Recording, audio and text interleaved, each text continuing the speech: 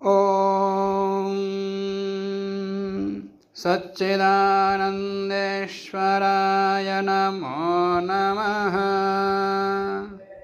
कात्यायन श्राद्ध सूत्र का चौथा अध्याय दूसरी कंडिका। इससे पूर्व दर्शेष्टि से पहले किए जाने वाला पिंड पितृ यज्ञ का वर्णन हुआ है। अब यहाँ इस कंडिका में दर्शेष्टि का वर्णन करेंगे। श्वनोदेत इति अदृष्टे वा पूर्ण शाखां छिन्नति शामिलीं वा इषेत्वा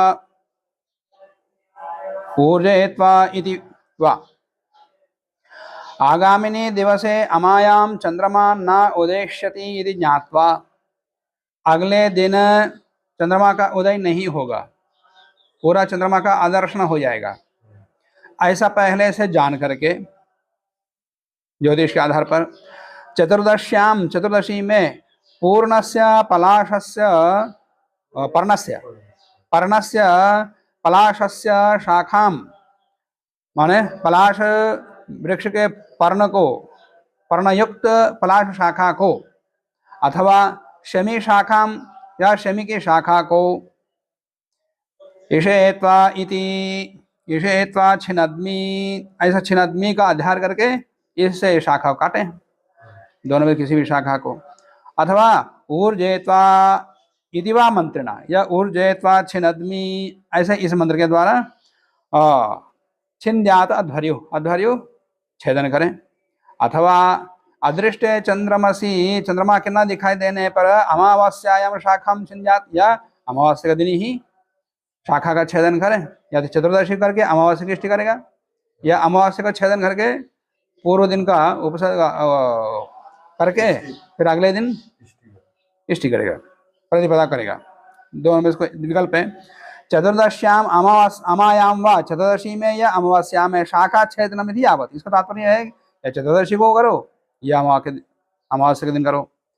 चतुर्दशी पक्ष खर्विका अभिप्राय, चतुर्दशी के पक्ष में जो कहा जाता है वह खर्विका के अभिप्राय से है, मतलब उसका नाम खर्विका है, पहले भी आया था खर्विका, वो एक दिन पहले किए जाने, एक पहले चतुर्दशी को ही जो अमावस्या मानते हैं उसे खर्विका कहते हैं। छिन्नद्मी इति वा उभयोः शाखांशत्वात्, दोनों ही मंत्रों में ईषेत्वा ऊर्जेत्वा, इस मंत्र में छिन्नद्मी का अध्याय कर लें। उभयोः उक्तयोः उभयोः मंत्रयोः छिन्नद्मी इति क्रियापदम अध्याहर्तव्यम, क्रियापद का अध्याहार करना चाहिए। द्वितीय मंत्रे वैकल्पिकम अध्याहारांतरम आह, दूसरे मंत्र में अध्याहार छिन्नद्मी कर सकते हैं, या दूसरा भी बता रहे हैं सन्नमयामि इति वा उत्तर मंत्र में ईषेत्वा छिन्नद्मी या ऊर्जेत्वा छिन्नद्मी ऐसा बोल सकते हैं, या ऊर्जेत्वा में विशेष ये है कि ऊर्जेत्वा सन्नमयामि ऐसा अध्याहार भी कर सकते दूसरे मंत्र में। पहले वाले में तो छिन्नद्मी करना, छिन्नद्मी दोनों में कर सकते, दूसरे मंत्र के लिए विकल्प है। अथवा द्वितीय मंत्रे सन्नमयामि इति क्रियापदम अध्याहर्तव्यम, सन्नमनम, सन्नमन का अर्थ क्या होता है? ऋजुकरणम, शाखा, यदि शाखा टेढ़ी हो तो उसका सीधा कर लें। या शाखा लग्न धूल्याद्यपनयनम इति महिधर, महिधर कहते हैं या तो उसको टेढ़ी हो तो सीधा कर लें, और उसका धूल्यादि हो तो उसको झाड़ना, इसको सन्नमन बोलते हैं। तो दोनों ही कर लें, टेढ़ी हो तो सीधा कर लें, नहीं तो धूल तो जाना ही पड़ता है। इति महिधर। वक्रत्वे शाखायाः आर्जवत्व संपादनम, यदि टेढ़ी हो शाखा तो उसको ठीक करना ही, सीधा करना ही सन्नमन कहते हैं, ऐसा इति रुद्रदत्त कहते हैं आपस्तंभ के की व्याख्या में। बहुल पलाशाम अशुष्काग्राम प्राग उदीचीम अन्यतमाम व, बहुपत्राम जिसमें बहुत पत्ते हों, आर्द्राग्राम जिसका अग्रभाग सूखा ना हो, और वृक्षाद ऐसे वृक्ष से ईशान्याम दिशि प्रसृताम, ईशान्य दिशा में फैली हुई शाखा काटना। प्राच्याम वा या पूर्व ईशान्य दिशा में या प्राच्य दिशा में उदीच्याम वा प्रसृताम, तो तीन दिशा में ईशान्य, पूर्व या उदीची दिशा में फैली हुई शाखा को काटें। शाखाम छिंद्यात इति पूर्वेण संबंधः। तो इस प्रकार के लक्षण से युक्त शाखा को इन मंत्रों से काटें। काटने के बाद फिर संनमन भी करें। फिर उसके पश्चात व्रतम उपैति, इष्टि पूर्व दिवसे, इष्टि के पूर्व दिन में अग्न्यान्वाधानादि व्रतोपायनीयम अश्नीत, ये पहले कहा था। तो अग्नि का अन्वाधान करना और व्रतोपायन करना, वहां तक पहले जैसे ही पूरी क्रिया कर लें। इत्यंतम शाखा कृत्वा, यहां तक के सारे क्रिया करके शाखाम छिंद्यात्, शाखा को तब छेदन करें। कहां तक? व्रतोपायन तक करने के बाद शाखा छेदन होगा। तथा व्रत ग्रहणम कुर्यात्, उसके बाद है व्रत ग्रहण करें। व्रत ग्रहणम अग्ने व्रतपते इति मंत्रोच्चारण परस्परम नियम ग्रहणम, ये व्रत ग्रहण मंत्रोच्चारण पूर्वक करना चाहिए, ऐसा नियम है। तस्य च पूर्वदिने विहितत्वाद शाखा छेदनस्य आनियत कालस्य काल विधानार्थम इदं सूत्रम। पूर्व दिन में विहित होने से शाखा छेदनस्य आनियत काल, शाखा छेदन कब करें? पहले दिन करें या दूसरे दिन करें? अनियत था तो उसका नियत कर दिया, पूर्व दिन ही करना शाखा छेदन। अतश्च व्रतोपायनाशन व्रत ग्रहणयोर मध्य शाखा छेदनम कर्तव्यम। इसका मतलब क्या हुआ? व्रतोपायन और व्रत ग्रहण, इन दोनों के बीच में शाखा छेदन करना। व्रत ग्रहण किया फिर भक्षण करने से पूर्व शाखा छेदन करें। यथोक्तम वा या यस्मिन् यस्मिन् काले वैकल्पिकम व्रत ग्रहण मुक्तम तत्र तत्र काले वा भवति इह वा भवति, या जिस जिस काल में वैकल्पिक व्रत ग्रहण कहा है, व्रत ग्रहण या पूर्व में भी कहा, बाद में भी कहा व्रत ग्रहण, पर बाद वाला नहीं, पूर्व वाला ही करना चाहिए। तो इह वा, या यहाँ करें।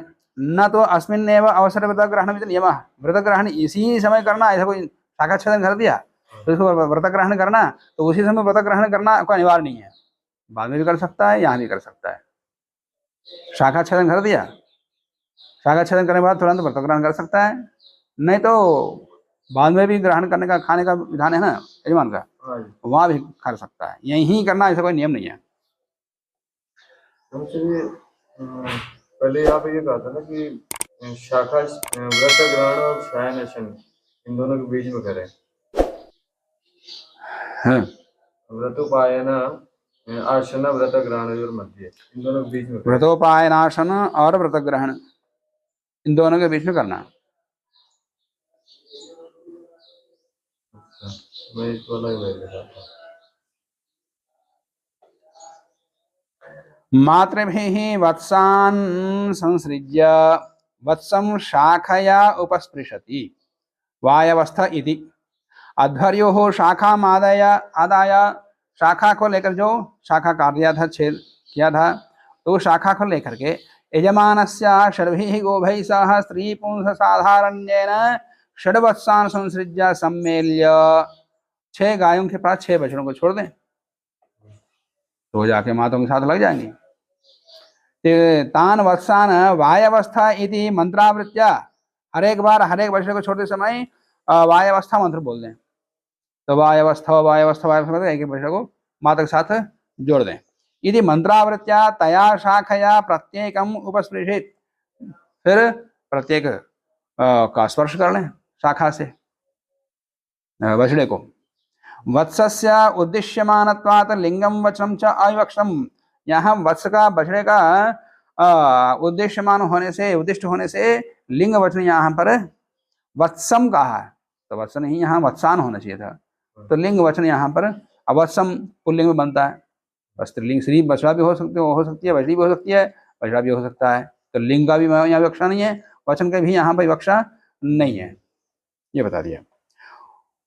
कुछ लोग वायवस्था के स्थान पर क्या करते हैं, उपाय अवस्था च इति च एके, कुछ लोग ऐसा बोलते हैं, एके शाखिनः वायवस्थ उपायवस्थ इति मंत्रम पठन्ति, ऐसे कुछ लोग ऐसा पढ़ते हैं।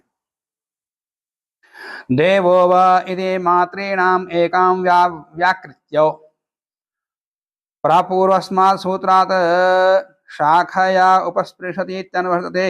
शाखया उपस्पृशति ये 7वें सूत्र से अनुवृत्ति आती है। अध्वर्युः वत्स मातॄणां षण्णां गवां मध्ये एकां गां स्ववत्सेन वियोज्य। उन 6 बछड़ों को छोड़ दिया था, अब ऐसे जाकर के गाय के साथ लग गई तो शाखा स्पर्श किया हुआ था, सबको कर लिया। कहने उनमें से किसी एक गाय के बछड़े को अलग कर देंगे। एकां षण्णां गवां मध्ये एकां गां स्ववत्सेन वियोज्य, बछड़े से उसको अलग करके ताम गाम उस गांव को शाखया उपस्पृशत। अब गाय का स्पर्श कर लें। अभी तो पहले बछड़ों को स्पर्श किया था शाखा से, अब गाय का, जिस गाय को अलग किया बछड़े से उस गाय का स्पर्श कर लें। उपस्पर्शनस्य अस्य संस्कार कर्मत्वात्, इसका संस्कार कर्म होने से, गाय का संस्कार कर्म होने से, या गौः उपस्पृश्यते, जिस गाय का उपस्पर्शन किया, तस्याह एव अयं संस्कार, उसी गाय का संस्कार है, अन्य को नहीं हुआ। तो अब उनको कर, उनको भी करना पड़ेगा स्पर्श। इतरासाम तो विद्याभावात् नैव अस्ति संस्कारः, तो दूसरी तीसरियों का विधान नहीं है, इसलिए उनका स्पर्श नहीं होगा। एवं च, इस प्रकार से मंत्रस्थम बहुवचनम पूजार्थम, यदि ऐसा है तो मातृणाम एकाम व्याहृत्य, एक माता को अलग करके, और मंत्र में देवो वह, ऐसे जो बहुवचन आया था, देवो वह सविता प्रार्पयतु श्रेष्ठतमाय कर्मण आप्यायध्वमज्ञा इंद्राय भागम प्रजावतीर्णमेवा यक्ष्मामावस्तेन ईशतमाघंसो ध्रुवा अस्मिन् गोपतो स्यात् बहुवी। तो यहाँ गाय का जो बहुवचन आया है, उन बहुवचनों में उसको सम्मान के लिए बहुवचन समझना चाहिए, क्योंकि एक ही गाय का संस्कार है। इधरासंतु विद्याभाव नहीं वाच संस्कार है। एवं च मंत्रस्थम बहुवचनम पूजार्थम, तो देवो वाह, वाह जो शब्द है वो पूजा के लिए।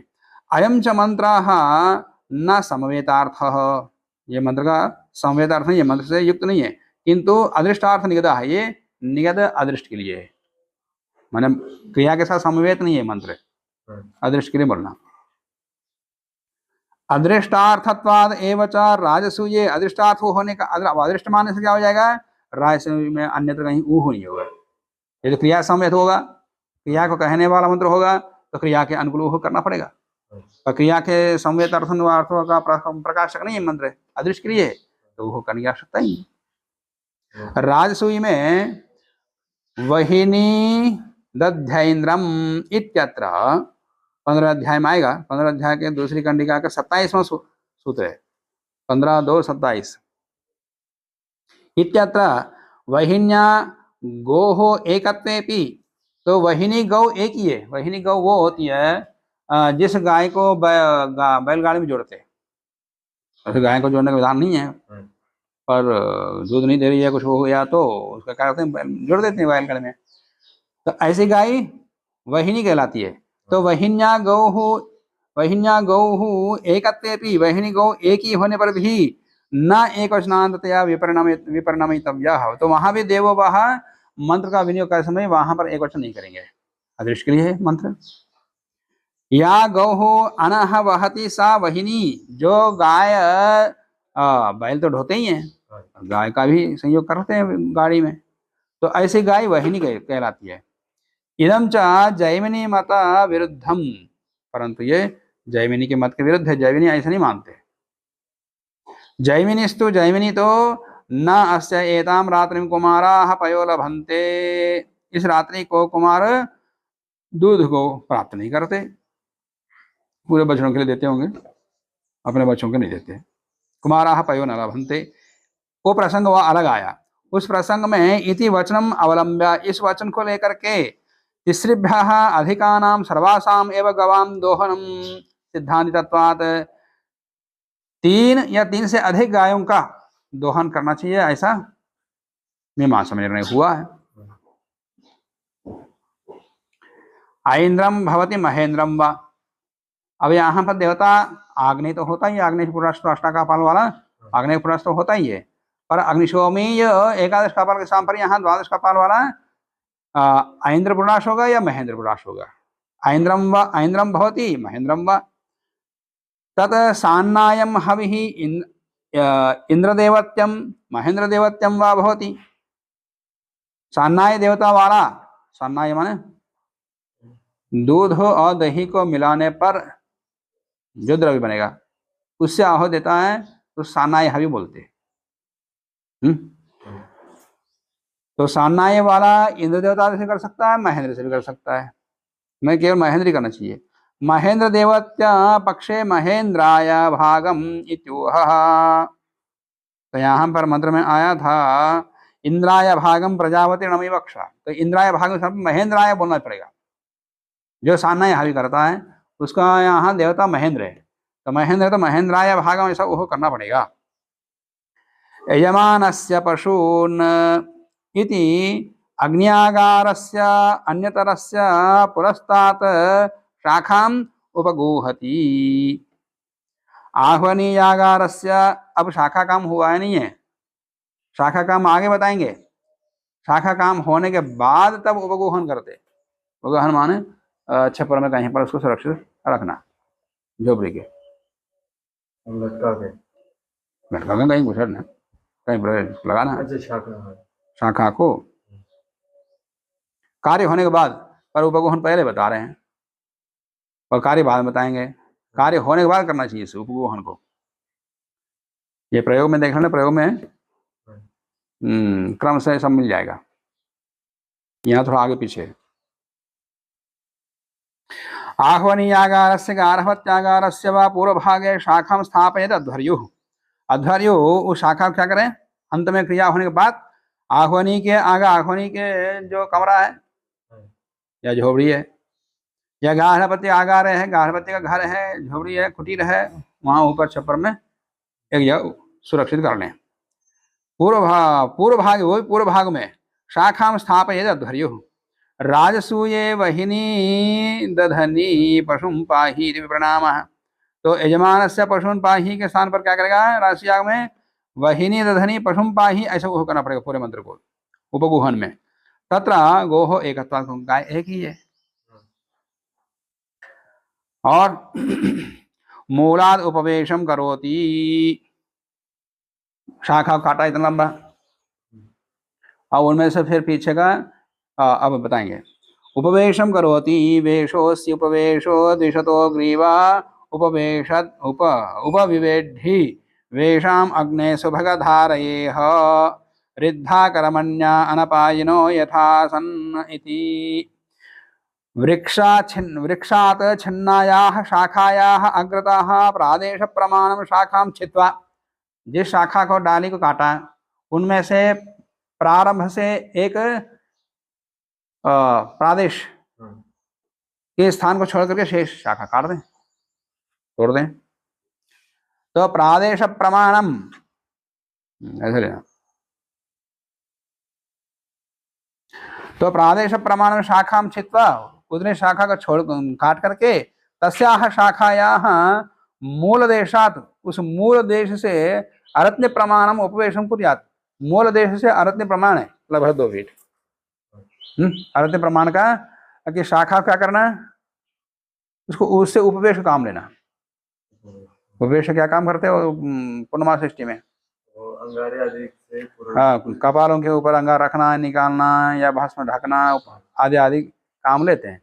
अब ये शाखा से करना, तो शाखा का प्रादेश मार्ग को छोड़ करके जो पीछे से कार्य दिया था उसको उपवेश के रूप में प्रयोग करना। उसमें मोटी होती है, पतली होती है, उससे कर लो। ऐसे कभी किया जा सकता है लकड़ी से भी। सान्नाये शाखा संयोगात् सान्नाये एव उपवेशो भवति नान्यत्र। ये शाखा को उपवेश बनाना सान्नायी पक्ष में ही है। दर्शेष्टि में 2 विधान है, या तो सान्नायी है, असान्नायी है। सान्नायी माने दूध दही को मिला करके हवी बनाना, ये सान्नायी पक्ष है। और जो सान्नायी हवी नहीं करता है वह असान्नायी पक्ष है। तो सान्नायी पक्ष वाला महेंद्र देवता होगा, और सान्नायी पक्ष वाला ही ये शाखा को उपवेश बनाएगा। वही बता, सान्नाये एव, सान्नायी पक्ष में ही उपवेशो भवति नान्यत्र। असान्नायी पक्ष में उपवेश सामान्य वो जो लकड़ी का है उपवेश वही होगा, शाखा का उपवेश नहीं होगा। कुतः शाखा संयोगा, शाखा का संयोग होने से सान्नायी के यहाँ ही, सान्नायी को ही महेंद्र है, महेंद्र के लिए दूध दही का काम पड़ता है। अब सानाय हवि पक्ष वाला है, सानाय हवि मतलब दूध दही, और दूध दही चाहिए तो गाय चाहिए, गाय का दूध निकालना है तो बछड़ा चाहिए, तो बछड़े को हटाने के लिए फिर शाखा चाहिए। तो सानाय हवि देगा ही नहीं तो गाय की जरूरत ही नहीं, गाय की जरूरत बछड़े की जरूरत नहीं है, उनको अलग करने की आवश्यकता नहीं, शाखा की आवश्यकता नहीं रहेगी, तो वहाँ शाखा रहेगी नहीं। तो शाखा नहीं रहेगी तो फिर क्या करेंगे, फिर वही सामान्य जो उपवेश है वही उसी से प्रयोग करेंगे। शाखां परिवास्य उपवेशम करोति इति वचनात्, आपस्तंभ सूत्र में ऐसा वचन आया है कि शाखां परिवास्य, शाखा काट करके उपवेश बनाता है, इति वचनात् उपवेशस्य शाखा संबंधावगमादि अर्थ है, उपवेश शाखा के साथ संबद्ध है। सिद्धांत माह, सिद्धांत कहता है उपधानाद् वा उभयो, वावधारणे एवकार अर्थ में है वा शब्द, उपवेशस्य कपालोवधानार्थत्वाद, उपवेश का कपालोवधान के लिए है। उभयत्र उपवेशो होती, सान्नाय हो असान्नाय हो दोनों में उपवेश होता ही है। ततश्च पुरोडाशेष्टौ, पुरोडाशिष्टि में शाखायाः अभावे, शाखा के अभाव में वारण उपवेशः कार्यः, अंगार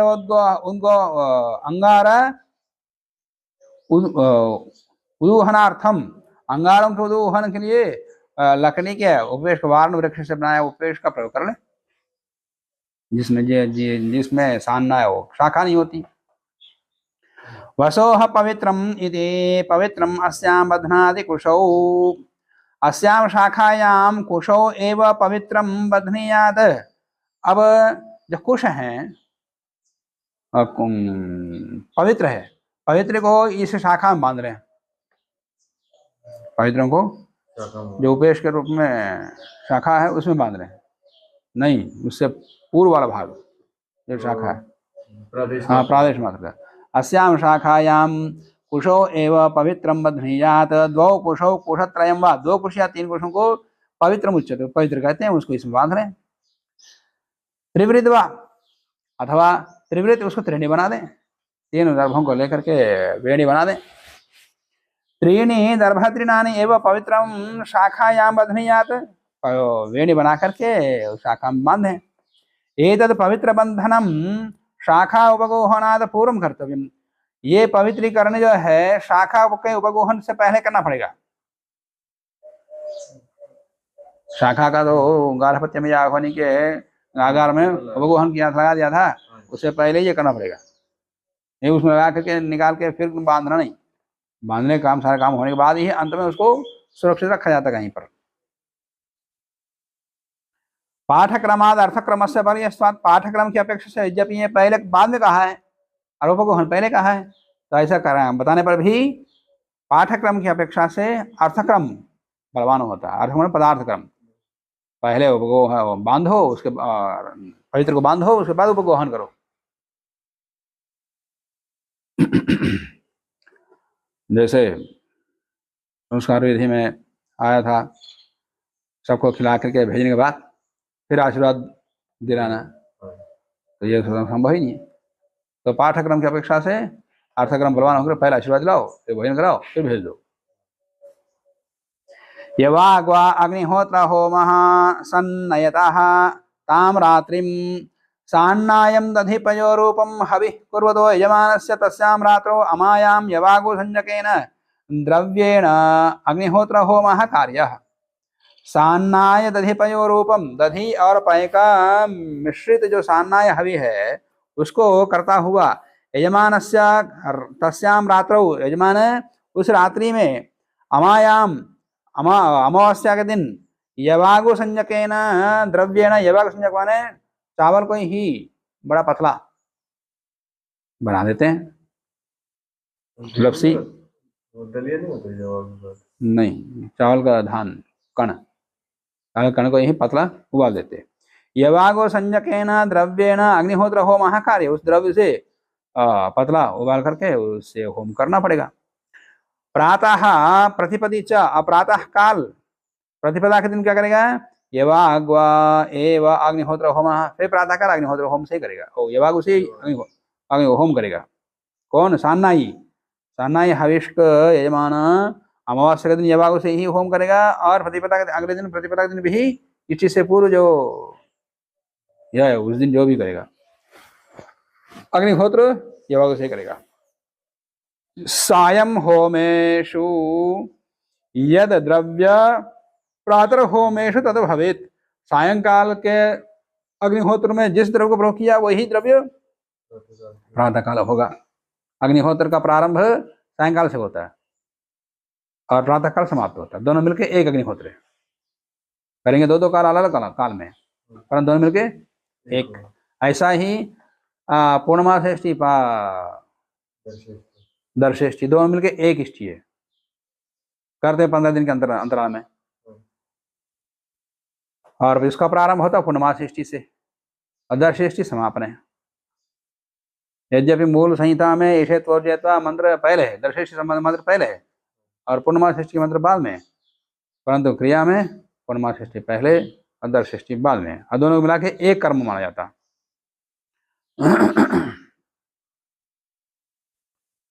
सायं होमेषु यद द्रव्यं प्रातः होमेषु तद भवेत इति यज्ञ पार्श्वोक्ते, यज्ञ पार्श्व के द्वारा ऐसा कहा गया है।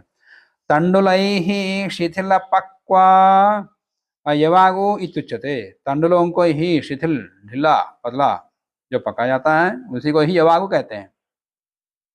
आगे भी आएगा। होता हुते उपसृष्टां प्रब्रूतात् इत्याह। हुते अग्निहोत्रे, अग्निहोत्र होने के बाद अध्वर्यो क्या करेगा? उपसृष्टां प्रब्रूतात् इति त्रैवर्णिकं दोग्धारं प्रतिब्रूयात्। अब प्रातः काल का अग्निहोत्र हो गया तो अध्वर्य का दूध निकालने वाले को, जो कि त्रैवर्णिक होना चाहिए, ब्राह्मण क्षत्रिय वैश्य में से कोई एक।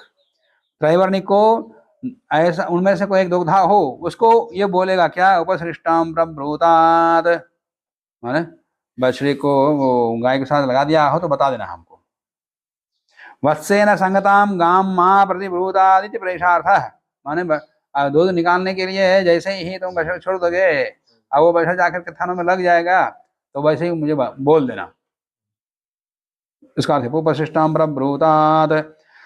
प्रोक्ते द्योरसी इति स्थाल्यादानं वत्सं संसृज्य उपसृष्टा यदि दोग्धा प्रोक्ते, तो बछड़े को लगाने के बाद लगते ही वो दोग्धा क्या बोलेगा? उपसृष्टा, लग गई, बछड़ी लग गई, ऐसा वो बोलेगा। ऐसा उसके प्रोक्ते बोलने पर अध्वर्य क्या करेगा? स्थाल्यादानं कुर्यात्, थाली ले लेगा जिसमें दूध डाला जाएगा। एक पात्र दूध का पात्र लेगा। स्थाल्यादानस्य अधिश्रयणार्थत्वाद वायव्ये पयसि अधिश्रयणाभावाद अनादानम। ये थाली का ग्रहण जो है दूध को रखने के लिए है। अधिश्रयणार्थत्वाद वायव्ये पयसि, वायव्य पय वाले याग में 5वें अध्याय में आएगा। अधिश्रयण, वहां अधिश्रयण नहीं है, मतलब उस पात्र को अग्नि के ऊपर रखना ऐसा उल्लेख वहां नहीं है, ना होने से ग्रहण नहीं करेगा। पशु याग में स्थारी स्थानापन्नयो हो वपाशपन्यो, तो वहां पर वपाशपनी रहती है, पकाने का पात्र वो अलग होता है, उसका ग्रहण हो जाता है।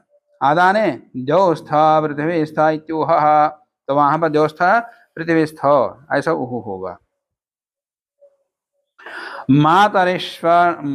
मातरिश्वन इति अधिश्रयति। गार्हपत्ये स्थालिं स्थापयेत्। मातरिश्वन घरमोऽसि विश्वधा असि परमेण धाम्नाद्रिंह स्वमाह्वार में यज्ञपतिर्ह्वार्षीत्। इस मंत्र से स्थाली क्या करेगा? गार्हपत्य के अग्नि के ऊपर रखेगा। गार्हपत्ये स्थालिं स्थापयेत्। आह्वनीय श्रापिणः आह्वनीय वा, जो आह्वनी में पुराण पकाते हैं वो लोग इस थाली को, दूध के पात्र को आह्वनी में रखेगा। गर्म पात्र गर्म था, फिर उसके बाद दूध दूते तुरंत लाके डाल देंगे। दूध भी करते हैं, कहीं और करते हैं? दूध भी उसी में गर्म करते हैं, उसी में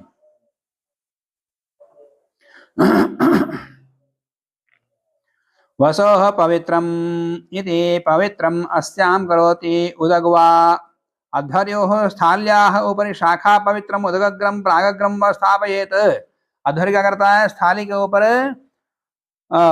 शाखा कर देता है, शाखा पवित्री को, जिसमें पवित्री बंधा हुआ है, वहाँ से निकाल के। हाँ निकाल के कहाँ है, ये सारे काम होने के बाद उपगोहन अच्छा, करना। वो तो बाद में था। वो पहले कह दिया, उपगोहन पहले कह दिया उसने, ये सारे काम होने के बाद तब उसको उपगोहन करना। हाँ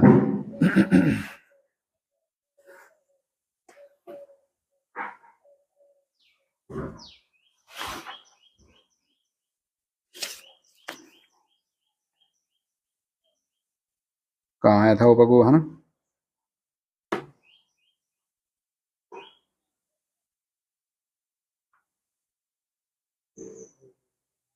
ये 15 में। हाँ 11वें सूत्र में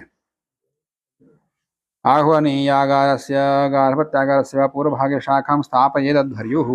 11वां सूत्र उपगुहति, शाखां उपगुहति। बांधने वाला 15 में है। अरे पन्ना नहीं, वो सूत्र बोल रहा हूँ, 11वां सूत्र। मैं बांधने वाला बोल रहा था। है?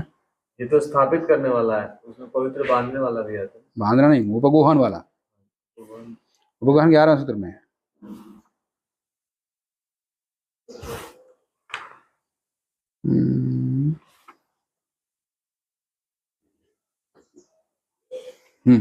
अध्वर्यो स्थाल्याः उपरि शाखा पवित्रम् उदकग्रं प्रागग्रं वा स्थापयेत्। वाग्यतो दोहयत्यशूद्रेण अध्वर्योः त्रैवर्णिकं दोग्धारम। त्रैवर्णिक दोग्धा को कहेगा गाम धुक्ष, शाखा पवित्र स्थाली को रखने के बाद उसको बोलेगा अब गाय का दोहन करो। हमाया वो तो बछड़ा छोड़ दिया, फिर पात्र तब रखेगा। वो बछड़ा छोड़ दिया, हाँ। अब बछड़ा लग गया, ऐसा उसने बोल दिया। बोलते ही इसने क्या कर दिया, गार्हपत्य में दूध के पात्र रख दिया अग्नि के ऊपर।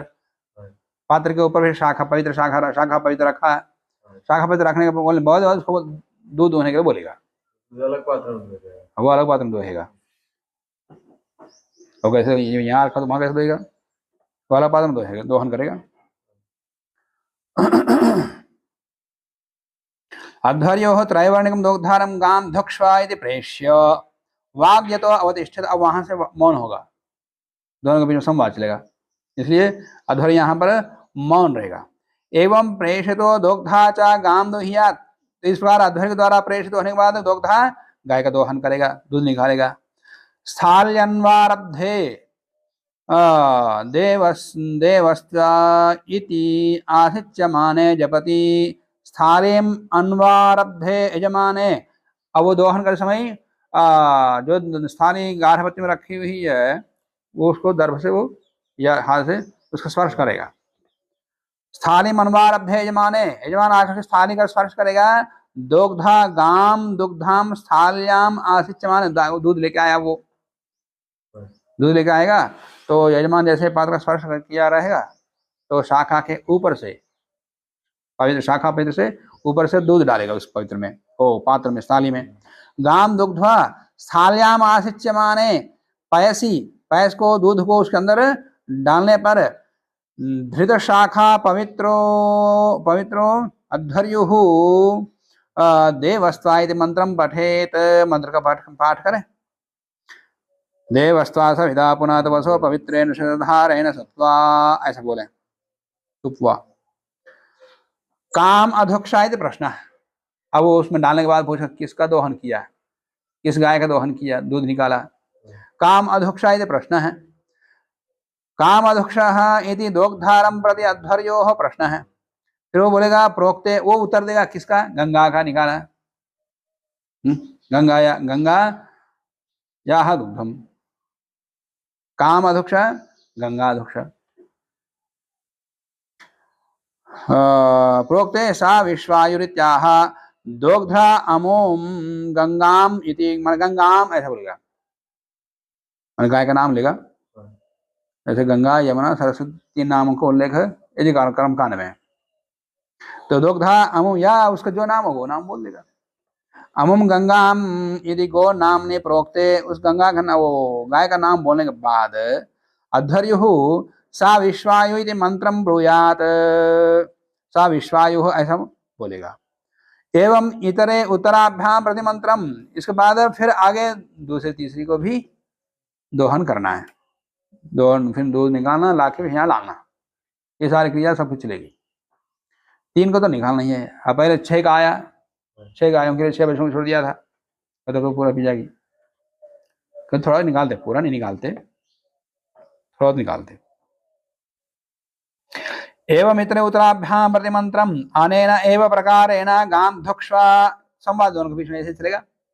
गाय का दोहन करो इत्यादि ना इतरे द्वे गावो, 2 गायों को, मन यमुना और सरस्वती को भी, 2 गायों का अध्वर्यु उत्तराभ्याम सा विश्वकर्मा सा विश्वधाया इति मंत्राभ्याम प्रतिमंत्रम एक एकाम गाम अभिदधात दोहयेत, दोहन करना फिर लेके आना, यजमान का स्पर्श वैसे ले करेगा, यजमान स्पर्श के साथ साथ तो दूध लाके डालेगा। ये सारी क्रिया सब में आवृत्त करनी चाहिए। विशिष्ट वागुत्तरा अनन्वार्धे तिसृणाम दोहनानंतरम अध्वर्यो अन्याः गाः पूर्ववद दोहयेत, और 3 गायों का दोहन होने के बाद अध्वर्यो अन्य गायों का दोहन करेगा। आगे संवाद नहीं है। तत्र अध्वर्योः वाग्यमः यजमानस्य स्थाल्यन्वारम्भश्च न भवतः। अब आगे तीनों के गायों के बाद अन्य 3 गायों को दोहन कर समय न तो अध्वर्य का वाग्यमन होगा, न यजमान स्थाली का स्पर्श करेगा।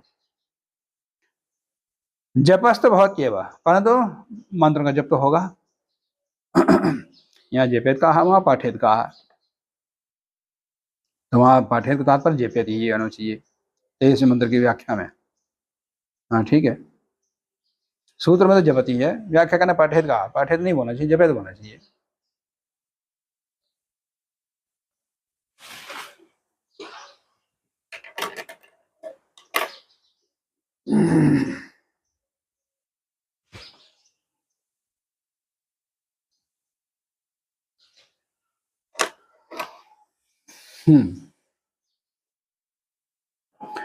उत्तरा इत्यत्र बहुत्व श्रवणात्, आगे की गायों को ऐसा बहुवचन होने कारण से उत्तरा इत्यत्र बहुत्व श्रवणात् संख्या संदेह निर्णयार्थम आह, कितने गायों को निकालना है, उसके बाद 10 20 जितनी गायें हैं सबको निकालें, ऐसा प्राप्त होता है। बहुवचन है तो ऐसा प्राप्त संदेह होने पर निर्णय के लिए बताते हैं यावस्वम अधिकारात। पूर्व पक्ष कहता है कि जितनी गायों पर उसका अधिकार है, मनुष्य स्वामित्व है या उसकी गायें हैं, वो सबका निकालें। यावत्यः आत्मीयाः त्रिप्रभृति, कम से कम 3 तो होना चाहिए, और उसके अधिक जितनी है सबका। त्रिप्रभृति गावो भवन्ति तावती ही सर्वाः दोहनीयाः, कुतः अधिकारात्, सर्वासु अपि गोषुषु यजमानस्य स्वत्वाधिकारात्, सभी गायों पर समान अधिकार है, और बहुवचन मंत्र में है तो सबका निकालेगा। एवं प्राप्ते आह, इस प्रकार प्राप्त होने पर सिद्धांत कहता है तिस्रो वा नित्यत्व, 3 का ही निकालना, ये नित्य है। और बहुवचन का की चरितार्थता 3 में होगी, तो चौथे 5 में क्यों पहुंचना। वह अवधारण तीसरा एव दोहनीयाः नादिकाः, 3 का ही निकालना चाहिए, अधिकं का नहीं। कुतः, क्यों, त्रित्वे बहुवचन से नियतत्वात्, त्रित्व में बहुवचन नियत हो गया। तो अब 3 को छोड़कर 4 का निकाल दिया, 5 का निकाला, 6 का निकाल दिया, 10 का निकाला है, तो 3 को छोड़ने का कारण क्या है, 3 का अतिक्रमण करके आगे बढ़ने का कारण क्या है, कुछ है ही नहीं। 3 में बहुत जो वचन है, वचन चरितार्थ हो गया है, तो वो है तो उसको छोड़ करके फिर आगे पहुंच रहे हो तो उसका हेतु चाहिए, हेतु कुछ है ही नहीं, इसलिए आगे जाना नहीं, इसमें निषेध किया, 3 का ही निकालना। ननो चतुष्टवादाव बहुवचन नित्यम एवं, चतुष्टवादी में बहुवचन है, तत्र आह आदि सामर्थ्यात्, यद्यपि चतुष्टवादाव बहुवचन नियतम, चतुष्टवादी में भी बहुवचन नियत है, तथापि फिर भी आदि सामर्थ्यात् बहुत्वस्य आदौ त्रित्व संख्यायामेव सत्वात्, सबसे पहले त्रित्व आता है बहुत्व के लिए, तो सबसे पहले वो हो गया, तो बस वहीं समाप्त हो गया, उसकी आकांक्षा समाप्त हो गई। त्रित्वगतम एवं बहुवचन ग्राह्यम, प्रथमातिक्रमे कारणाभावात्, प्रथम का अतिक्रमण करके दूसरे तीसरे में पहुंचने में, चौथे 5 में पहुंचने में कोई कारण नहीं है, मान नहीं है, प्रमाण नहीं है, प्रथमातिक्रमे मानाभावात् ऐसा कहा जाता है। तावता एवं शास्त्रार्थस्य कृतत्वात् किमर्थम अधिकानां दोहनम, शास्त्र का अर्थ चरितार्थता 3 तक समाप्त हो गई, फिर आगे का करना निरर्थक हो जाता है।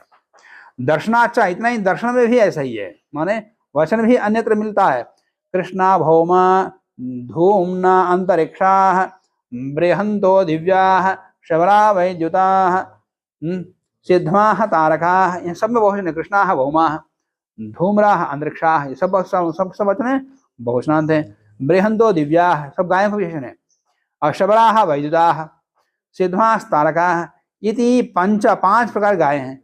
इति पंच बहुवचनानि अनुक्रम्य, पांच प्रकार के बहुवचनों का अनुक्रमण करके, कथन करके, पंचदशिन्यः आलभन्ते, 15 का आलभन करता है। 15 का आलभन करता है, तात्पर्य क्या हुआ? 5 बहुवचन है, अब 15 कहा, इसमें 3 3 तो लेना है, तो 15 होगा। अब बहुवचन को लेकर के अन्य ज्यादा लोग पंचदशिन्यः आलभन्ते कहाँ से चरितार्थ होगा? वही नहीं, तो बहुवचन का तात्पर्य 3 तक लेना बस। इति अश्वमेधे पशूनां 15 संख्योपबंधनम तदा एव उपद्यते, 15 संख्या का सिद्धि 3 3 होने पर ही होता है, अन्यथा नहीं।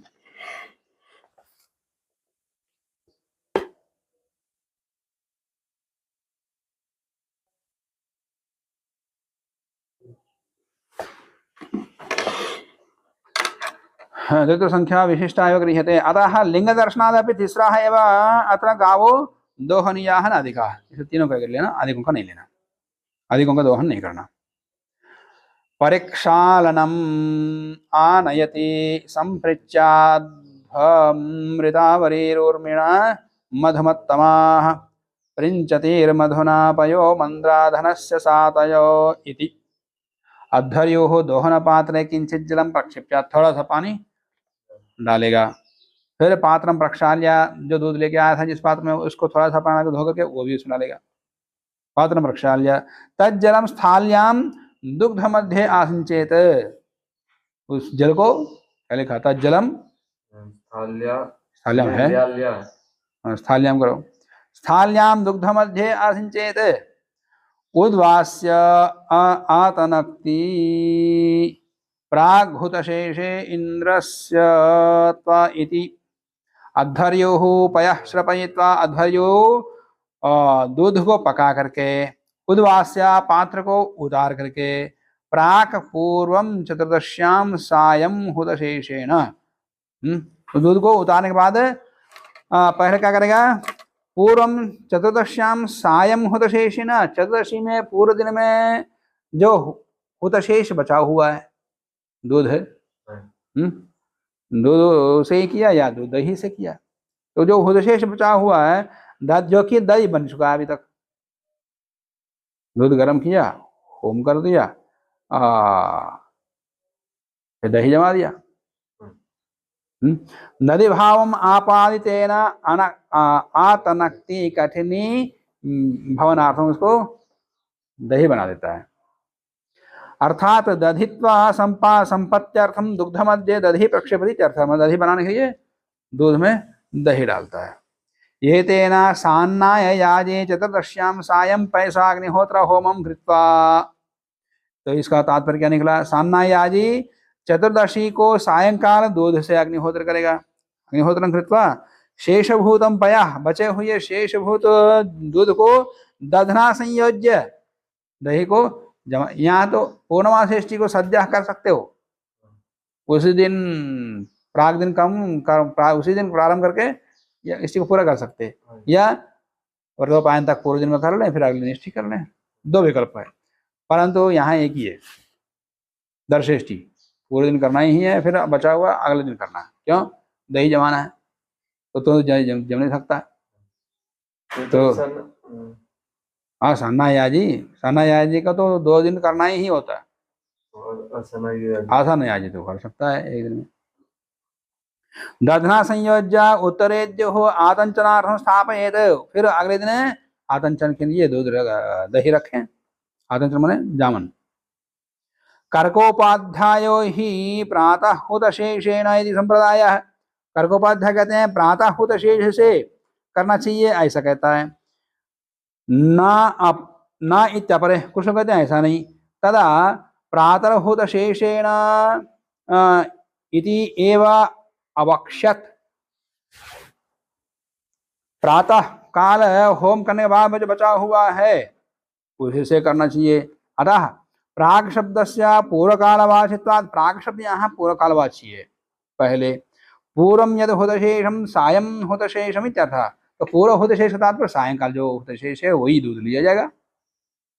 यदि व्याख्याया, ऐसा व्याख्यान करके सायं होम शेष ग्रहण से, सायंकालीन जो होम शेष ग्रहण है दृढ़ीकरणाय, उसी के दृढ़ीकरण के लिए, स्थापना के लिए पुनः आह आतनक्ति आतंचे रूपम, उसी दृढ़ता के लिए उसको जमाता है, ऐसा कहा जाता है। सच संकोचनार्थ, वो संकोच के लिए। संकोच क्या है? दूध का संकोच, काठिन्य, दही भाव बनना।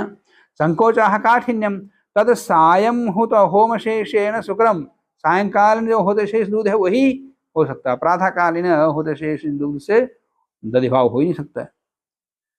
सायं होम शेष भूतम ही पयः दध्यादि संयुक्तम तद सत अहोरात्रात्मकेन कालेन काठिनी भावम आपन्नम अन्यस्य पयसः शीघ्रं कठिनीकरणाय प्रभवति।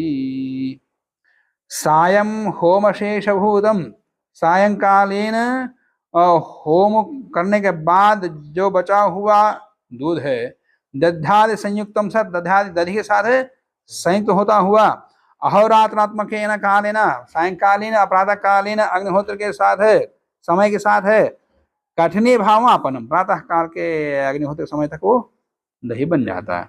अन्यस्य पयसः शीघ्रं कठिनीकरणस्य करणाय प्रभवति, फिर अन्य दूध को फिर जमाने के लिए योग्य बन जाता है वो भी। न तो प्रातः हुत शेष भूतम पयः दध्यादि युक्तम सत, प्रातः हुत शेष जो दूध है वो दध्यादि से युक्त नहीं होता। दध्यादि युक्तम सत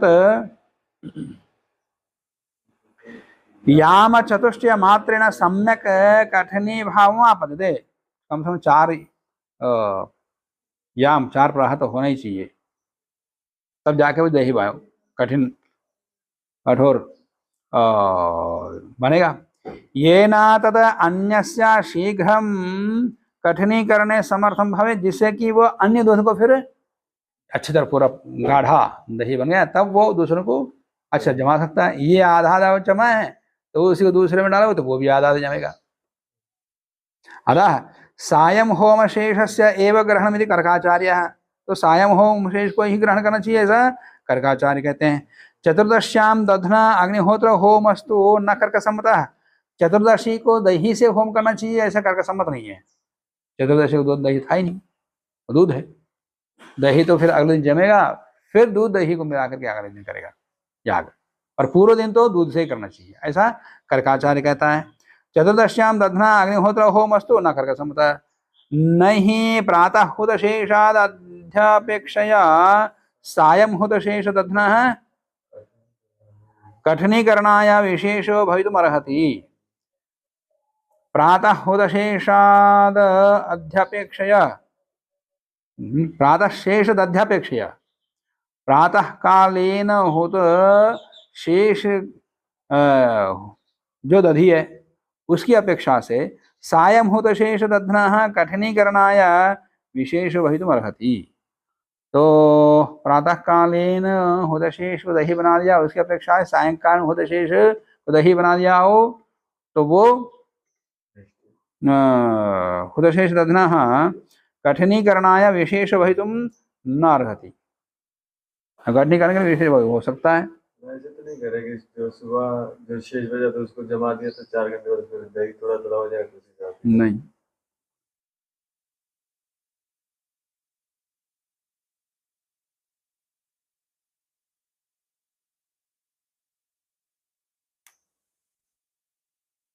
येन दधि होम अंगीकारे कर्कोक्ति संगच्छेत इति, जो जिस कारण से दधि होम के अंगीकार करने पर कर्कोक्ति की संगति लग सके, ऐसा नहीं हो पा न संगच्छेत। देवयाज्ञिकैस्तु चतुर्दश्याम दधना अग्निहोत्र होमः उक्तः, देवयाज्ञिक तो कहते हैं चतुर्दशी को दधि से ही अग्निहोत्र होम करना चाहिए, ऐसा वो कहते हैं, ऐसे मतलब है यार अलग लोगों के।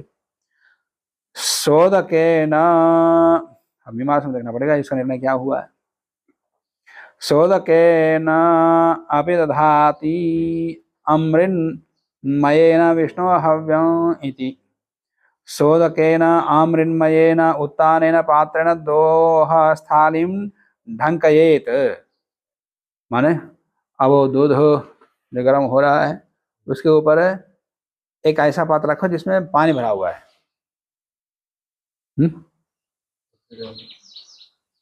सब्जी आदि बनाते समय लोग करते हैं, जिसमें पानी ज्यादा नहीं डालना होता है और वो जल भी न जाए, इसे क्या करते हैं, सब्जी के पात्र के ऊपर एक अलग पात्र रखते हैं जिसके अंदर पानी भी डालते हैं थोड़ा बहुत। इससे क्या होता है, नीचे जो पक रहा है उसका भाप उड़ेगा नहीं, ऊपर पानी क्या करेगा, उसको भाप को ठंडा करके फिर भाप को अंदर ही गिराएगा, तो अंदर का भाप गर्म होकर ऊपर उठ फिर अंदर गरम गरम पानी अंदर ही गिरता रहता है। भाप उड़ता है तो ऊपर वाले पानी में जो है वो भाप बन के उड़ेगा, और सब्जी का अंदर जो पका है वो वहीं का वहीं पानी उसी में रहेगा। तो ऐसे दूध का है।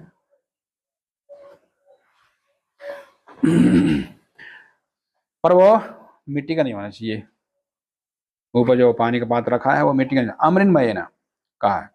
तो विष्णु हव्यम रक्षा, हवि जो दूध हवि है वो पक पक के उड़ ना जाए, तो विष्णु हव्यम रक्षा, हे विष्णु इस हवि की रक्षा करो, ऐसा मतलब बोला। उसके बाद है निधाया वत्सापकरणम पूर्वत ताम दोहस्थालीम शिक्यादो निधाया। और दोहस्थाली को क्या करना, उसको ले जाकर सिक्के आदि में रखें। सिक्का सींग जानते हो, सींग जिसके ऊपर टांग करके उसके ऊपर पात रखते हैं उसमें। अच्छा, वो रस्सी के तीन, हाँ 3 रस्सी नीचे गोल गोल होता है, उसका 3 रस्सियां रहती हैं, वहीं कहीं टांगते हैं, उसमें पात रखते हैं, उसको बोलते शिक्या। ताम दोह स्थालीम शिक्यादो निधाया, शिक्यादि में रख करके पूर्वद वत्सावकरण, पहले जैसे ही वत्स का अवकरण करो, प्रातः दोहार्थम को याद, फिर प्रातः काल फिर क्रिया वही चलेगी जो सायंकाल गाय का दूध समय क्रिया हुई, वो सारी क्रियाएं फिर प्रातः कालीन होगा वत्सावकरण तक। प्रातः दोहार्थम कुर्यात् तच्च मातृभिर वत्सान संसृज्य इत्यारभ्य शाखोपगाहनान्तम, माने बछड़ों को लगा करके फिर दोहन आदि करके फिर अंत में शाखा का उपगोहन तक सारी क्रिया करो प्रातः काल भी। प्रातः आग्नेय ऐन्द्राग्नश्च द्वादशकापालो आसन्नयतः, जो आसन्नयाजी है वो उसका देवता कौन होगा, आग्नेय अष्टाकापाल पुरुष होगा या द्वादश कपाल का ऐन्द्राग्न पुरुष होगा। तो उसका हाँ साना है ही नहीं, दूध दही की आवश्यकता ही नहीं उसको, तो गाय की आवश्यकता नहीं, वहां दोहन करेगा ही। आसन्नायाजनः प्रातः प्रतिपदी प्रातः काल प्रतिपदाकृतिं दर्शेष्टौ आग्नेयः अष्टकपालः ऐन्द्राग्नश्च द्वादशकपालः पुरुषो भवति। ये पूरे पूर्णमास एक समान पूरी क्रिया चलेगी, गाय का दोहन आदि क्रिया वहां विशेष चलेगा ही नहीं। निरूप्य आज्यम प्रातः दोहनम अन्यस्मिन् दर्शेष्टौ आज्य निर्वापानंतरम, दर्शेष्टि में आज्य का निर्वाह सूचो में आज्य का निर्वाह करने के पश्चात सायं दोह पात्राद अन्यस्मिन् पात्रे प्रातः दोह कार्य, जिस पात्र में सायंकाल का दूध दुहा था उससे अन्य पात्र में दोहन करना, ये पात्र रख लें। तो सायं दोह पात्राद अन्यस्मिन् पात्रे प्रातः दोह कार्य है, अन्यस्मिन् इति ग्रहणाद सायं दोहस्य तत् पात्रस्थस्य एव आतंचनम न पात्रांतरे। अन्य पात्र ऐसा ग्रहण कर दिया है, इसका क्या तात्पर्य है, अन्यस्मिन् इति ग्रहणाद ग्रहण करने से सायं दोहस्य, सायं दोह जो स्थाली है तद पात्रस्थस्य एव आतंचनम, सायंकालीन दो जिसमें दोहा था उसमें तो दही डाल दिया, तो उसमें कैसे दोहन करेगा, नहीं कर सकता। परीक्षारणान्तं कृत्वा सायं दोहम् आहृत्य प्रातर्दोहं श्रपयित्वा अभिघार्य उद्वास्य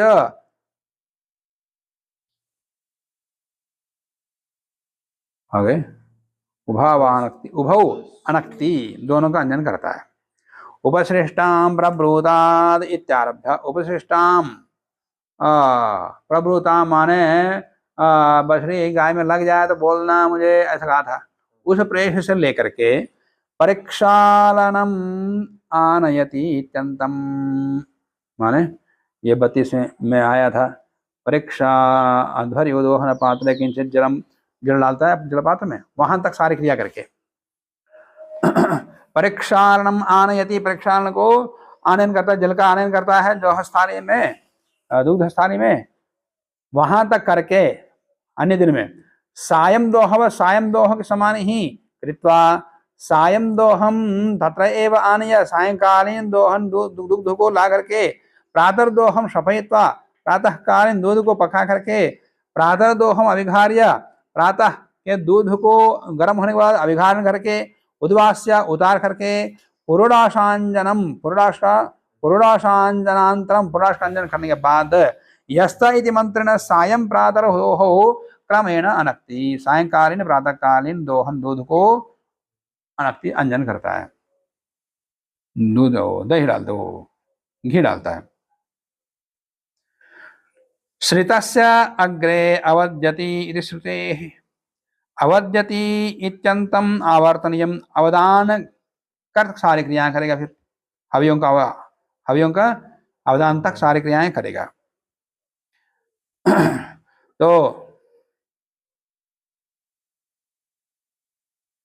हवि का हवन कर समय पहले दूध का करना या दही का करना है, किसका करना अवदान करें? सायंकालीन दूध का दही है, अपरातः कालीन दूध है, और दोनों में किसका करना चाहिए? मिला के तो करते हैं अभी तक तो ये दोनों अलग हैं, अलग पात्रों में हैं, सूच में लेगा दोनों को, दही को भी लेगा दूध को भी लेगा। तो पहले दूध का अवदान करना है या दही का? तो दही पहले दिन लिया था तो पहले सिद्ध किया हुआ है, उसका ग्रहण करना चाहिए पहले। पंत कहते हैं कि पहले दूध का करो, उसको दही दूध में डालो सूच में। क्यों? सूत्रकार कहते हैं श्रितस्य अग्रे अवध, श्रित का पके हुए दूध का पहले अवदान करना चाहिए, ऐसा श्रुते ऐसा श्रुतिकार कहते हैं। तो तत्र एकम प्रतिज्ञा निर्देशकम द्वितीयम हेतु निविष्टम, एक तो प्रतिज्ञा है कि पहले दूध का निकालें, फिर दूसरा हेतु निविष्टम, हेतु भी वैसे ये दूध में दही डाला जाता है, दही में दूध नहीं डाला जाता है। तेना अयम अर्थः, इसका तात्पर्य यह निकला श्रितस्य दुग्धस्य जुह्वाम अवदानम पूर्व कार्यम, पके हुए दूध का अवदान जुहू में पहले करना चाहिए, पश्चात अवदान उसके बाद दही का अवदान करना चाहिए। कुतः? श्रितस्य अग्रे अवद्यति इति श्रुतेः, ये प्रतिज्ञा का निर्देश है, प्रतिज्ञा निर्देशात् माने श्रुति का विधान है। दध्नः प्रथमम उत्पन्नत्वात्, दधी पूर्व में पहले उत्पन्न हुआ, पूर्व अवदान प्राप्ते, पहले उसका अवदान प्राप्त होने पर वचनात् निवर्तते, वचन से निवृत्त हो जाएगा, वचन से निवृत्त होकर के, बस यही हेतु है कि वचन कह रहा है तो पहले दूध का अवदान होगा। अतः पूर्वम पैसा अवदानम पश्चात दध्नः, पहले दूध का अवदान होगा उसके बाद दही का। और प्राणदानादयः संस्कारस्तु प्रथम दध्नः कार्याः पश्चात पैसा, परंतु प्राणदान तो पहले दही करो उसके बाद दूध का करो। ये प्राणदान क्या होता है पहले आया था, बता दिया था परिभाषा प्रकरण में ही।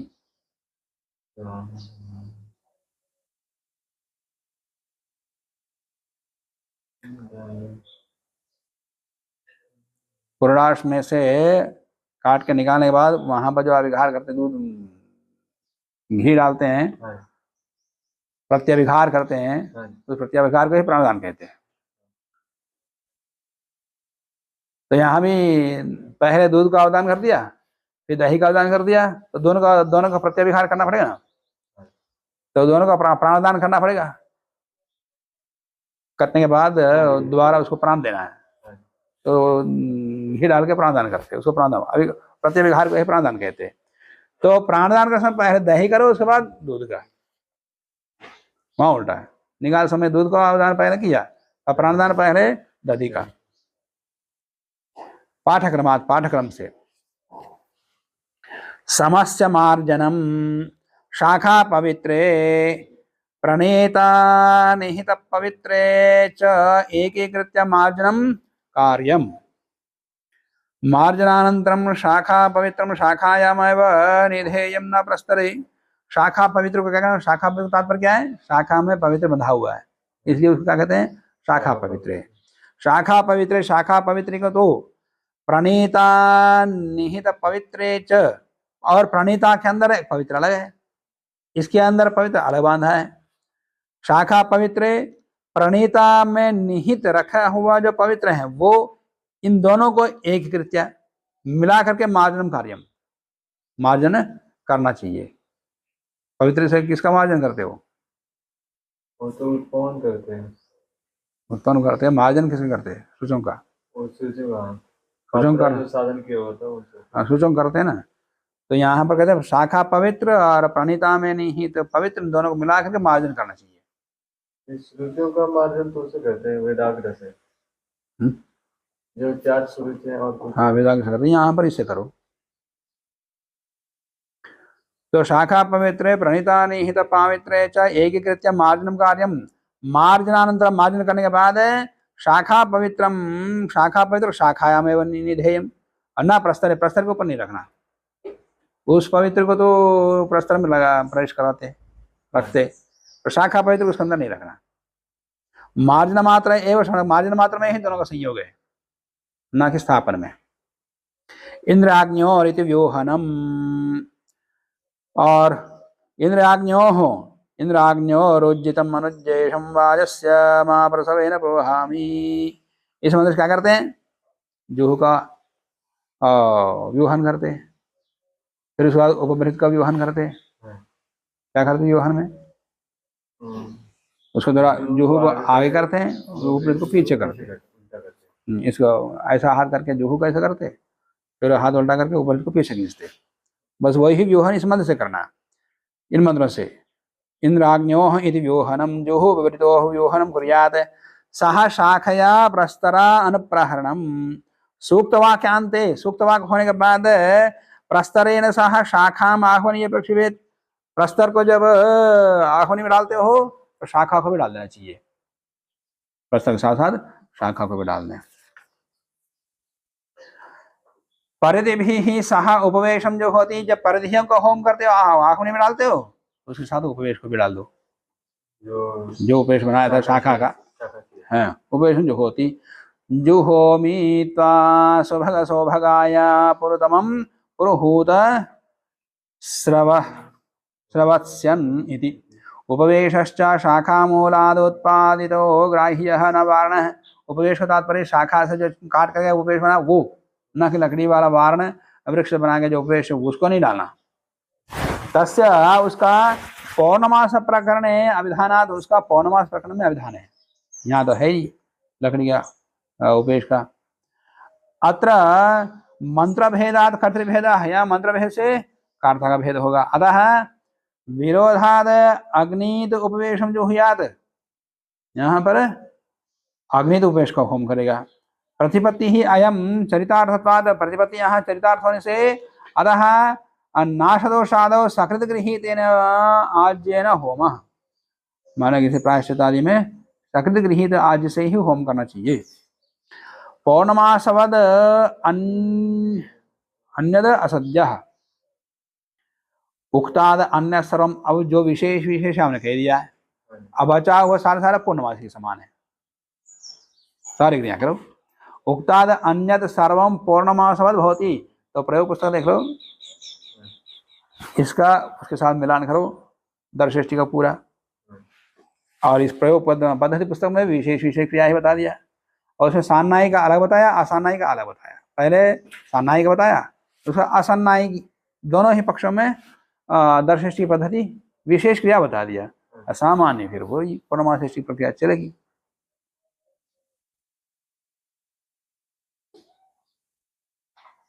उक्ताद अन्य सर्वम पौर्णमासवद होती, एतावान विशेष, बस जो विषय हमने कह दिया है बस उतना ही विशेष है। असद्य, यह असद्य सद्य नहीं होता, पौर्णमास से सद्य हो सकता है, और दर्शष्टि असद्य ही होता, एक साथ एक दिन में नहीं होता। पौर्णमासे सद्यो वा प्रातः इत्युक्तम, सद्यः प्रातः काल करें ऐसा एक विकल्प बताया दिया था, तदत्र न होती, परंतु दर्शेष्टि में ऐसा नहीं होता। अत्र पौर्णमासवद इति न अधिदेशबोधकम, ये पौर्णमास पूरा पूरा वैसे ही सद्यः यहाँ भी हो सकता है, ऐसा नहीं है। प्रकरणस्य दर्शपूर्णमासयोः उभयोः अपि अविशेषात्, प्रकरणशः दर्शपूर्णमास दोनों ही अविशेष है, सामान्य है। किंतु पौर्णमास धर्माणाम अपि पूर्वोक्तातिरिक्तानाम अत्र विधानार्थम एव, फिर भी पूर्णमास जो कहा है, उक्त कहे हुए विशेष कार्य को छोड़ करके सामान्य धर्म वहां से आएंगे। एवं च उभयोः अपि प्रकृतित्वा विशेषात् पौर्णमास्यां ये ये गुणकामाः विहिताः तेषाम् अपि अत्र प्रवृत्तिः अस्त्येवेति। तो उभयोः अपि प्रकृति, दोनों ही प्रकृति है। यद्य पूर्णमासी से यहाँ ले रहे हैं, परंतु इतने मात्र से दर्शेष्टि का प्रकृति पूर्णमासी ऐसा नहीं है, दोनों प्रकृति है। बस एक दोबारा कहना ना पड़े इसलिए दर्शेष्टि में नहीं कहा, और है प्रकृति आगे ये भी। तो दोनों प्रकृति होने का से प्रकृतियों में कभी ऊह नहीं हुआ करता। जब प्रकृति की प्रक्रिया विकृति में चली जाती है तब विकृति या के अनुकूल मंत्रों में ऊह हुआ करता है। पूर्णमासी से दर्शेष्टि में जो मंत्र आए हैं, यहाँ को ऊह नहीं होगा, क्योंकि स्वयं प्रकृति है। समझ गए? एवं च उभयोः अपि प्रकृतित्वा विशेषात्, दोनों प्रकृति है, वो प्रकृति है, ये विकृति है, इसको विशेष नहीं है, दोनों अविशेष है, दोनों प्रकृति है। पौर्णमास्याम ये ये गुणकामाः विहिताः, जो जो गुण विधित हैं, तेषाम अपि अत्र प्रवृत्ति अस्ति एव, दर्शेष्टि में वही गुण यहाँ रहेंगे। सोमयाजी सन्नमेत, सोमयाजी अमायाम अमास्या में दधि दुग्ध रूपम हविद्रव्यम कुर्यात, सोमयाजी दर्शेष्टि कर रहा हो तो सान्नायी बनेगा। और कामाद इतर, और दूसरा जो सामयाजी नहीं है वो सान्नायी बन सकता है या नहीं बन सकता, उसके लिए विकल्प है। और सोमयाजी के लिए एक ही पक्ष है, उसको सान्नायी बनना पड़ेगा। असोमयाजी तो इच्छया सान्नायम कुर्यात न वा कुर्यात विकल्प है। और ये दर्शपूर्णमासेष्टि, अब दर्शेष्टि समाप्त हो गई। पूर्णमासेष्टि पहले बता ही दिया था, 3 अध्याय तक तो पूर्णमासेष्टि चला, अब यहाँ इसमें दर्शेष्टि बता दिया, तो प्रकृति इष्टियां का वर्णन हो गया। तो ये दर्शपूर्णमासेष्टि कितने वर्षों तक करना है? कहते हैं 300 वर्षाणि दर्शपूर्णमासाभ्याम, ये 30 वर्ष तक करना होगा कम से कम, जिसे कम तो है नहीं। उसकी ज्यादा इच्छा है, समर्थ है, शरीरतः सब प्रकार समर्थ है तो कर सकता है, 30 तो करना ही है। तथा ऊर्ध्व न यजेत, उसके बाद नहीं करना, नहीं इच्छा नहीं है, उसके बाद 30 वर्ष का छोड़ दो, फिर नहीं करना। वाराह सूत्र में तो आगे भी विधान है, 30 वर्षाणि दर्शपूर्णमासाभ्याम एयेत यावत् जीवम वा, 30 वर्ष तक करो या आगे भी करो, पर कात्यायन कहते हैं 30 तक ही करो, आगे करो मत। अपस्तंभ में भी आता है, यावत् जीवम अग्निहोत्रम जुहोति, अग्निहोत्र अलग है, अग्निशोम का भी आता है वहां पे।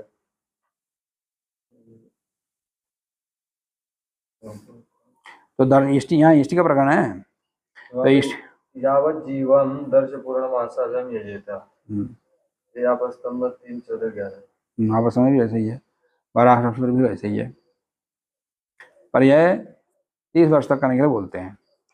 15 दाक्षायण यज्ञ, जो दाक्षिण यज्ञ करता है वो यजमान 15 साल तक कर सकता है, माने दर्शपूर्णमासेष्टि का ही थोड़े से अंतर से फिर दोबारा आवृत्ति करता है। एक पक्ष में एक ही इष्टि होती है और उसके साथ में फिर दाक्षिण यज्ञ भी करता है, तो 2 इष्टियां हो गई। तो 30 साल तक करने वाले इष्टियों को 15 साल में समाप्त हो जाता है उनको, हर एक पक्ष में 2 इष्टियां करेगा, तो अपने आप ही 15 साल में समाप्त हो जाएगी। अग्निहोत्रम एव वा जुहुयात, एव शब्द इवार्थ, एव शब्द यहाँ इवा के अर्थ में है, यथा अग्निहोत्रम यावत् जीवम, अग्निहोत्र यावत् जीवन करना, एवं दर्शपूर्णमासा अभी, दर्शपूर्णमास भी यावत् जीवन कर सकता है। स्वर्कामो दर्शपूर्णमासाभ्याम यजेत यावत् जीवम 30 वा वर्षाणि जीर्णो वा विरमेत आपसमश्रुत।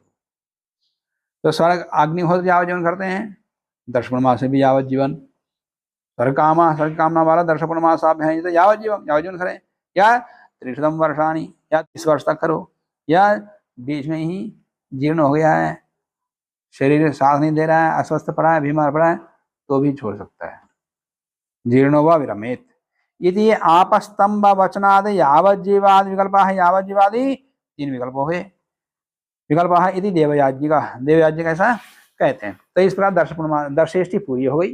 पौर्णमासी कल हो गई थी। दर्श पूर्णमासी का पूरा प्रकरण समाप्त हो गया है।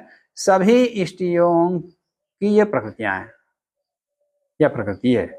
अब इन्हीं के आधार पर अन्य अन्य इष्टियां होती रहेंगी, उनका वर्णन आगे करेंगे। तो ये कंडिका समाप्त हुई है। तो आज के पाठ को यहीं समाप्त करते हैं। ओ